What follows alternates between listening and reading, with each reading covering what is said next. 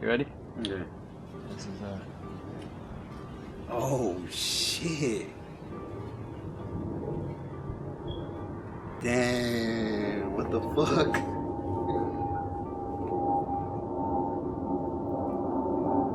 Damn, this is what I could have looked like.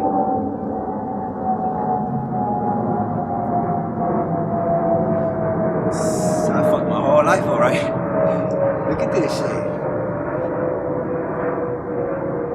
Damn, this is crazy.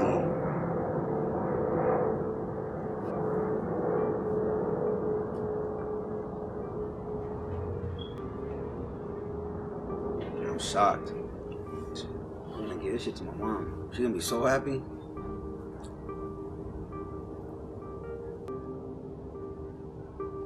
How does it make you feel? It makes me feel not bad.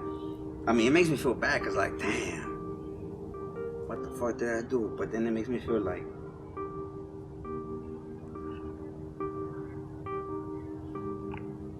right here, it makes me feel like just a normal bystander, like a normal guy. And then right here, it makes me feel like all the shit I've been through. Saying all these years in the back of my head, all the tattoos I've done in jail, the prison bars, the shields you earn in prison.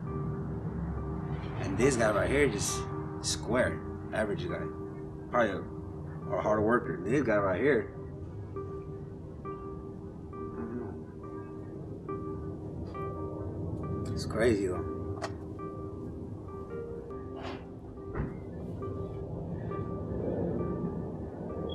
That's a lot of tattoos. What did I do? It's shocking right here though. It's nice. How do you think that guy with the tattoo, without the tattoos, would react to the ones He'll fuck the shit. Like if you looked at him, if they came together? oh man, he'll judge him right off the top. You probably think he's a drug addict, a gang member that's probably gonna. That's how I look. Because before I had my car, I used to catch the bus to work, and that's how exactly it was. Like my wife would tell me, "You don't feel like embarrassed being the bus?" I'm like, nah, because I don't care what people think about me. You know what I'm saying? Like I know I got tattoos, whatever, but it'll be awkward because I'll sit down in the bus and nobody will want to sit next to me. They'll rather stand up than to sit next to me. Or I'll see like old ladies and they'll start grabbing their purse. Or like I'll see like a couple in the street and the guy will grab his girl like real close. Like, dude, relax. I'm coming home from work. You know what I'm saying?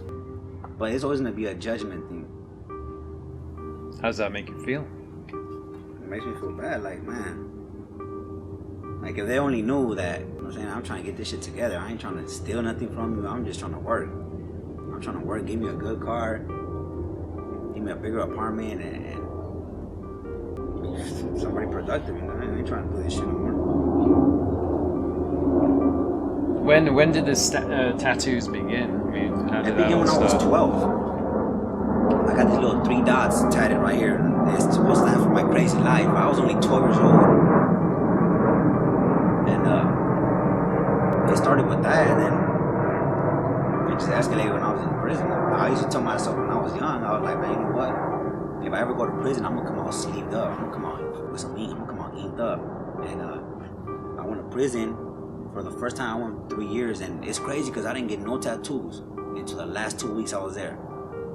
The last 2 weeks I was in jail, that's when I got these bow sleeves and my chest. You know what I'm saying? And the second time I went to jail, everything was going good. Everything was going good for me. And the last week, that's when I got my face tattoo. And it's crazy because I had multiple jobs lined up for me.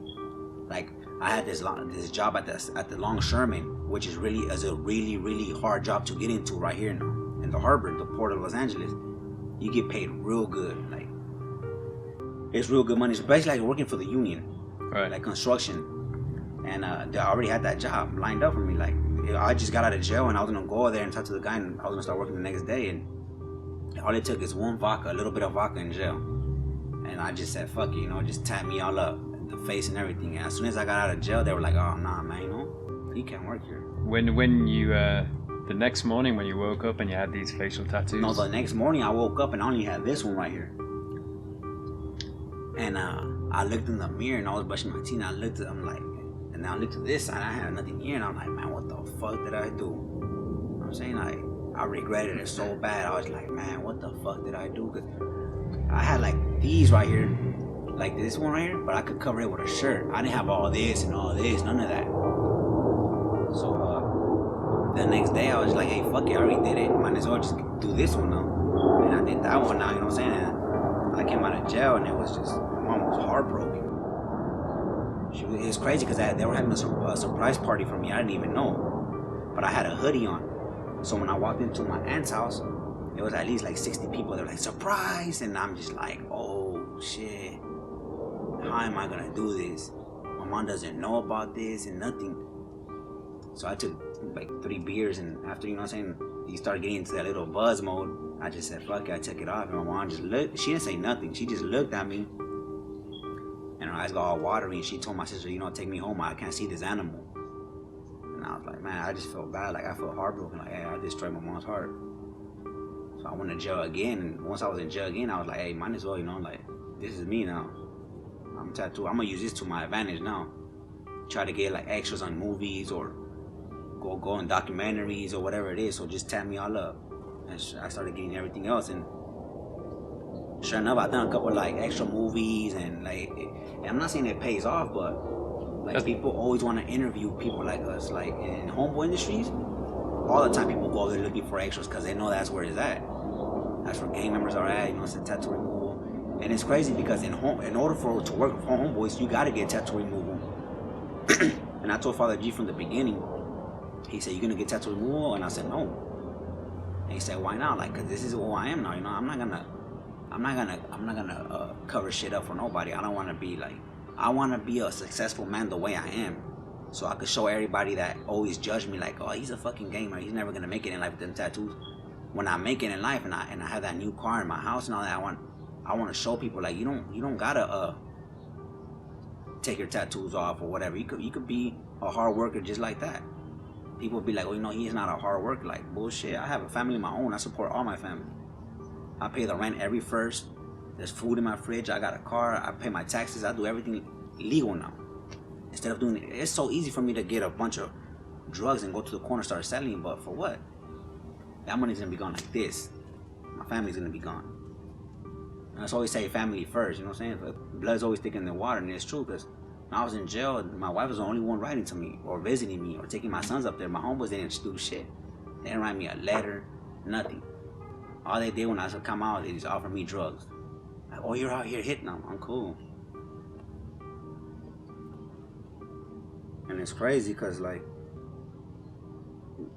I used to talk to this other girl and she was like, man, why you want to do tattoo removal? I'm saying, you look like a whole different person. And I just kept telling everybody the same old thing, like, nah.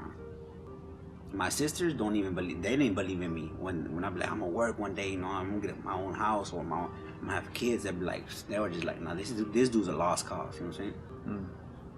And now that they see I'm getting paid and I'm doing good, they're just like, that proved them wrong. They're like, they're shocked. They're just like, man, we can't believe this dude actually doing good now. Are you the only member, gang member in your family? My family, yeah. I don't even know where did I go going wrong. Everybody in my family is average. I got 3 sisters and 1 brother. My brother makes like $20 an hour doing like some kind of job. I don't know what he does. He drives a nice Jaguar. Everybody does good, and it's like, you know how they say they're the only rotten apple? I'm like the only rotten apple there. What was influencing you when you were that young? I mean, why did you feel like you need to go out there on the streets and find stuff? I didn't have like, my dad was like not involved in gangs, but he was like with the cartels, the Mexican cartels. So he sold drugs and he did coke and he did this, but he was like, when he was around, he was like the best dad. He'll buy us whatever we want, like he'll never hit us, but he was always in jail. Always in jail. And I went on the run with him. I was on the run when I was 16 for attempted murder. And I was like, you know, I gotta leave. So I left the United States. I went to Mexico to live with him. And when I was in Mexico, I'm saying we had a struggle. You know, we had a struggle to survive. I started selling drugs with him, and that influenced me. Like, damn, you know what I'm saying? I'm doing illegal. Then I went back to California, and it all started off with graffiti, being taggers. Like, I was from this little crew, just like doing graffiti, like on the walls. And then I started carrying guns, and I started thinking to myself, why am I from a Italian crew and I could just be from a gang? I'm already carrying guns. And that's how I started. The gang life. And I always looked at it like, if you're gonna go in, you're gonna go in all the way. You're not gonna have. It's crazy because my parole officer told me one time, you need a full-time job. And I told her I already got a full-time job. And she said, what is that? I'm trying to stay alive. That's my job. And she looked at me like, what? And then this other cop told me, why do you have all this shit on your face? And I told him, why you have all that uniform on, that badge? And he was like, because I like to do my job. And I looked at him like, I like to do my job too. And he just looked at me like, man, there's no help for you no more. You're done. This is it. And I always think about that in jail. Like everybody like, nah, that's it. You're a bum for the rest of your life. And I always used to have dreams when I was in jail. Like, nah, I want to drive this kind of car, Mercedes, or. And it's crazy because they still, to this day, they still judge me like that. The police, like every time they come in here, they just pull me to right here. You on parole? Yeah, they come in here, they start breaking stuff. They start breaking the things from inside my car, and it's just like, it's ridiculous. Like I'm doing so good. I'm about to get off parole in 4 months, and I can't wait to get off parole because they can't search your car. They can't do nothing like that no more. You know. It's crazy. When did you get to that point where you're like, do you ever get to a point where you're like, wow, this has gone too far, this is just out of control now?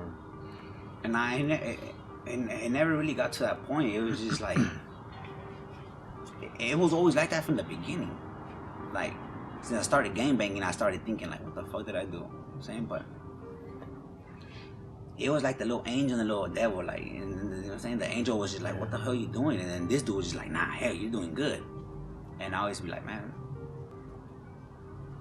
I never thought I was gonna have kids or none of that. And I never pictured myself being a dad. And now that I got kids, it's just like, damn, you know, I don't want them to grow up the way I did with my dad. Like, I want something better for them. Like I don't spank my kids. I don't talk bad to them. I don't raise my voice. Like, my girl, she spanks them, so I get mad. Like, hey, what the hell are you doing? You know, like, don't talk to him like that, or like stuff like that. But my kids love me. Like at nighttime, he has to. My older son, he has to be like this with me.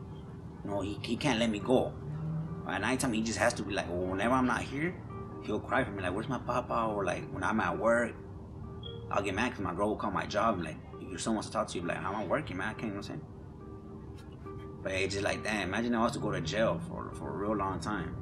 They'll have no dad. And, you know what I'm saying? I ain't trying to be like, people like look at us like, this guy doesn't have no heart.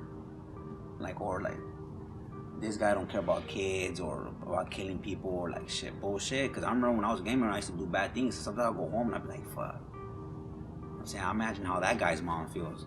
Now that she knows that we hurt her son and shit, that shit will get to me like, man. But I was just trying to put up a front because I'm with the homies, like, you know, fuck that dude, I don't care. I'm down for the cause, but deep down, I was just like, damn, why did I do that? I didn't even know that guy. For one simple ass gang sign, for one block that doesn't even belong to us. Shit belongs to the city. I'm just like, man, you know, I started thinking about it like, people would be like, oh, you got your neighborhood tatted all over you. Why you want to take that shit off if you don't care about it no more? Not like us, I don't want to ever forget where I came from. Like, if I ever become a successful person in life, I want to like look in the mirror and be like, damn, this is where you came from. You came from all this shit, you know what I'm saying, and you made it now. And I don't want to be like those guys that move out of the neighborhood and then forget exactly where they're from. Now they want to act all rich and do all that. Like, you know, I don't want to do that. If I ever get rich, I want to buy a house like in the neighborhood, like right there. I don't want to go to Beverly Hills, nothing. I want to be where I came from. I'm never gonna forget that shit. Like, I got tattoos on my stomach from a crew that doesn't even get along with my gang, and my gang always tells me, why you don't take that shit off, man? We don't even get along with them. I'm like, that's where I came from. I'm saying, I don't care if you guys don't like it or not, you know, this is me right here. And they just be like, they look at me, they be like, they respect that, like, damn, this is crazy. I don't bring nobody over to my house because I don't trust nobody like that. Especially homeboys, they're the main ones to do you dirty, you know? Like, nobody knows where I live at, only my brothers and my sisters. Homies hit me up like, where you live at? I live in Southgate. One time I seen the homeboy like 2 blocks down. He's like, where you live at, man? I was like, man, I live all the way, man, I live in Linwood. I'm lost over here. And he left, and 2 blocks later I came home like, damn. I told my girl, hey, I just seen that guy over there. She's like, did you tell him you live here? I'm like, hell nah. Yeah. Keep your location. Nobody secret. will ever know where I live at. It's a hidden area. Nice little neighborhood. Nobody will know I live in a back house. Huh? When did it all change? I mean, when did you make a change in your life to be where you are now? When I made a change in my life when I went to court, I thought it was all a game for this case. I had 2 assault and batteries on police officers, multiple cocaine charges. You know, I went to jail, and then they were trying to give me 4 years. And I was like, hell no, I'm not taking 4 years. No, I'm not taking 4 years. I'm not taking 4 years with 2 strikes. You guys are crazy. So that deal was on the table for 6 months. I kept fighting my case. And when I came back 6 months, they were like, you know what, the deal's off. Now we're giving you 6 years with 2 strikes. So I'm like, fuck that. I said, man, give me the 4 years with the 2 strikes and I'll sign right now. So the district attorney was like, okay. They didn't want to waste no more money on trial. So they were like, sign right here. But the judge was like, no. I don't want you guys giving him that deal. I want him to fight the case so he could lose and go to jail. And the DA already had signed. So the DA starts arguing with the judge.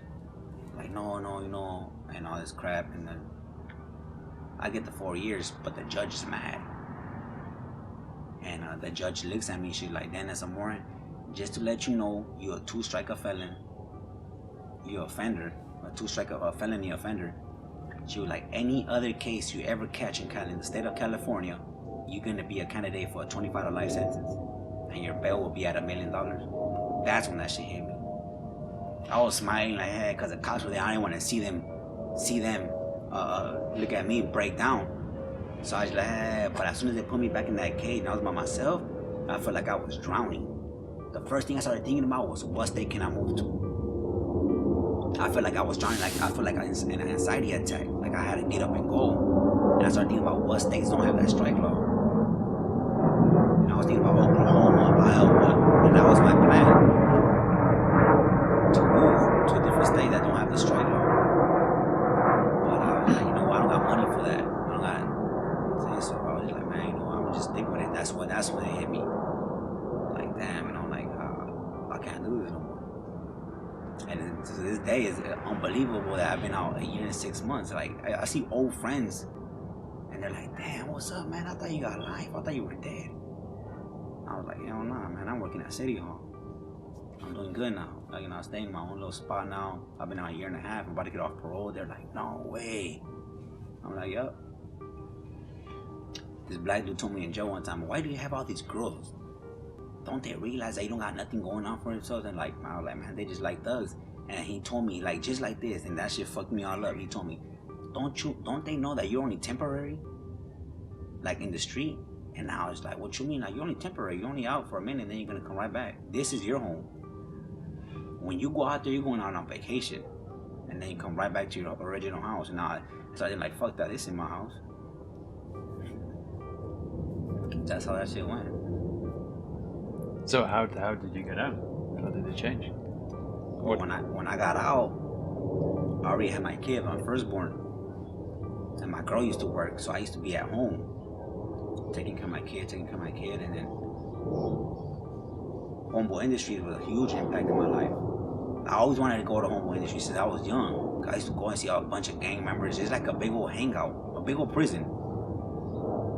And I went on, I talked to Father Greg, and I told him my story, and he automatically hired me right there. He's like, you know what, you don't even have to go to the raffle or nothing. He told me, you're hired. And it's crazy because when I went over there, I took a gun, right? And he told me, son, I'm gonna ask you a question. I told him, what? He's like, are you active? And I looked at him dead in his eye. I told him, yeah, I'm still active. He's like, where's your gun at? I said, I left it in the car. And right then and there, he hired me. He's like, son, you're hired. I'm like, why would you hire me if I just told you I got a gun, I'm still active? He said, because most people like you come in here and lie to me. They said they're not active. A month later, I catched them outside fighting over neighborhood stuff. And he was like, I know you're active, but just try to work on that. You're hired. And I got hired. And I came home and I told my girl, fuck, man, I got hired. And she like, for real? And I was like, yeah. She's like, oh, that's cool. And it was part-time for like 90 days. And then they called me on to the office, like, you know what, you're full-time now. And I was working there for like 6 months, and the opportunity came, like, you want to go work at a restaurant in the city hall? I was like, hell yeah. They're like, they give you tips and everything, more money. So I went to City Hall, and I've been there ever since. And normally our program at Humble Industries is only 18 months. And then you got to get on your own. Well, like last week, I just became core, which means I'm there for permanently. I don't have no 18 months no more. So I was like, cool. I was telling Sammy about it. Because if you have a lot of tattoos and you don't take nothing off, they know you can't get a job nowhere else, so they keep you. So taking the tattoos out worked to my advantage a little bit, and you know, now I'm there for a little bit longer. Which is a good thing. You like that. Yeah. Who's who's important to you in your life right now? My family. My family. Like, I don't see how did my dad not change. I'm saying having us. I don't. You know what I'm saying? I don't see. He got killed over there over a girl. They shot him in the head. They put him in a trash bag, and then inside a sleeping bag, and then threw him somewhere like in the hot desert. And when they found his body, it was too decomposed for us to even have a proper ceremony for him. Father. Yeah. So it's crazy because I always thought my dad can't die. I always looked at my dad like, man, he could get shot 20 times. He won't die. But I don't see how could he, like, I don't see how could he not change. Like, every time I come home from work and I open this door right here, my son's like, he jumps up like, Papa, what you buy me? Or he starts checking my pockets. You got money? And it just trips me out like, damn. My brother was like, damn, dude, you got 2 kids and you're 28. You're like, it's crazy. And everybody's proud of me because it's like, my girl doesn't work. She don't put in no money towards nothing. I do everything for her. And it's crazy because I have a minimum paying job. And I take care of it. I pay the whole rent, the food, everything my kids needs, the diapers, the milk. I buy my kid, like, you know, we go to like Walmart or Kmart. It's like a big store here, right? And my kid will just grab a toy and it'll be like $50. And like with no hesitation, I'll be like, come on, get it then. And I'll go pay $50 for it. And my girl looked at me like, why the hell would you do that if he's only gonna pay for it for one day? And I was like, shit, because I never had that when I was young, you know? Everything we got was hand downs from my cousins. Like, their old toys gave us to us. And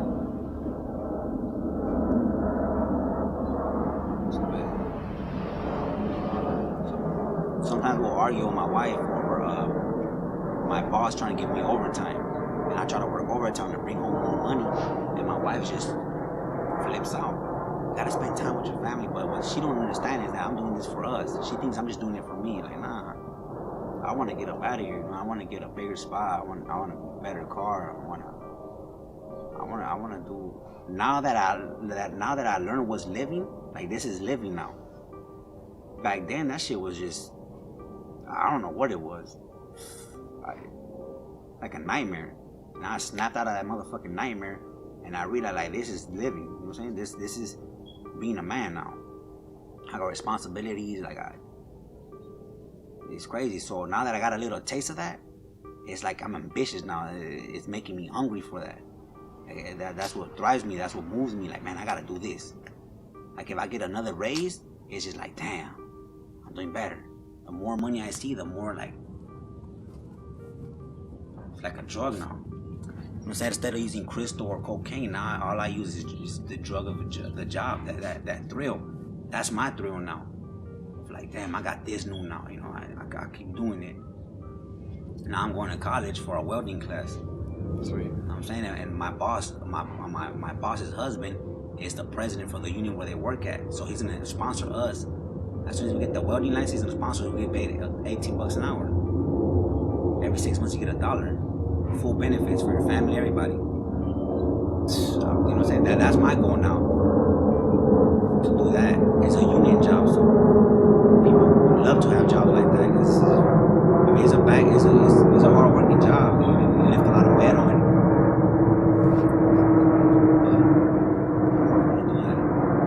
So in 10 years' time, where do you see yourself? I think you pretty much answered the question. Kind of. 10 years, I see myself in a house.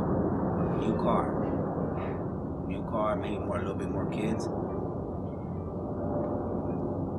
My girl's telling me like, I don't want to have no more kids. I'm I'm like, bullshit. We're gonna have a fucking kindergarten. We have a lot of kids. Like, it's just the love, the embracement of a child is just, to me, is just like overwhelming. It's like, damn, like, it's crazy. When I want to get into work, I look at my back seat and I see 2 baby car seats in the back. And I'm like, damn, that's crazy. My wife gets mad because I had this system in the car with these big old 12 speakers, and the car goes, and now when the kids are in there, I gotta turn it down. I don't even put music no more because she gets mad. But yeah, in 10 years, I see myself doing, it is 2 things. It's either in 10 years I'm doing real good, or in 10 years I'm doing life in jail. I'm saying that to me is not even an option. But like I said, like, anything could happen. From now on to 10 years, anything could happen. And the kind of situation I'm in is like walking on eggshells. Because it's real simple for me. Going to the store, I get into a fist fight. That's it for me. You know, I go to jail for life for a fucking fist fight. So like any trying to like problems, I try to avoid it. Like if I see a bunch of guys over there, I drive the other way. Like, okay, we're going this way then. I accomplished so many things happening out of jail. How do you explain to your son your tattoos? I don't. What will you do when he starts asking? You know what I'm saying? I'm just telling him, you know, I make some bad decisions, and then I don't want you to make the same decisions I made. Like I don't know, like the kind of conversation I'm gonna have with him about that. But I try to teach him from young, like, you know, I said, this shit right here, this shit bad. I don't want you to do that. So I'll go crazy if I see my son doing the same shit I'm doing. We'll move. As soon as I see him acting up, smoking weed or anything like that, we're out of here. Moving to Mexico or Russia or somewhere. We're doing something, but I'll be damned if, you know what I'm saying, if you go through what I did, putting me through the shit I put my mom through. Like, it's crazy because my dad hated tattoos. My dad hated tattoos with a passion, and I be thinking like, damn, if he would see me now the way I look, he'll be hurt. He'll be mad, but he's dead now. But yeah, I don't want that for myself. Cool, man. Well, thanks for sharing this. Just last thing is, when people see these pictures in the book or in posters or whatever, what do you want them to see? What do you think they'll see? They'll probably ask themselves, like, we wonder what could he have done? What could he be now if he looked like this? Because being like this, so far he just got a job and takes care of his family. But what if he was like this? What could he be doing? That's what I asked myself, that question, like, damn. I could have been working at any place. No record, no tattoos. I could have done whatever, you know what I'm saying? The sky was the limit. Now with this, there's a limit to the, you know what I'm saying? We're looking like this, there's a limit. But I'm trying to break that thought, like, you know, there's a limit looking like this. I want to, sky's the limit looking like this. I don't want no limit. I'm saying, I'm trying to break through everything. I just want to, I don't know. I just want to be successful, to let everybody know, like, even the little homies from the hood or whatever, I just be like, man, you know what, you don't have to be doing this shit no more. You could be living the way I'm living. You know what I'm saying? Without just doing the nonsense shit you're doing. But it's ridiculous. It's ridiculous. Waste of a fucking lifetime, you know, 9 years. I accomplished all this in a year and a half. Imagine in 9 years what I could have done instead of fucking rotting in a fucking cell. I regret that shit. I regret getting tattoos. I regret it. I regret everything. But now it's different now. I'm trying to be something. I don't want to be the same old person no more. I'm tired of that shit. Everybody thinks it's a joke that I'm lying. Like, nah, it's just, nah, hell no. I'm done with that shit. That's it. Cool, man. Thank you very much. All right. These pictures are awesome, bro. I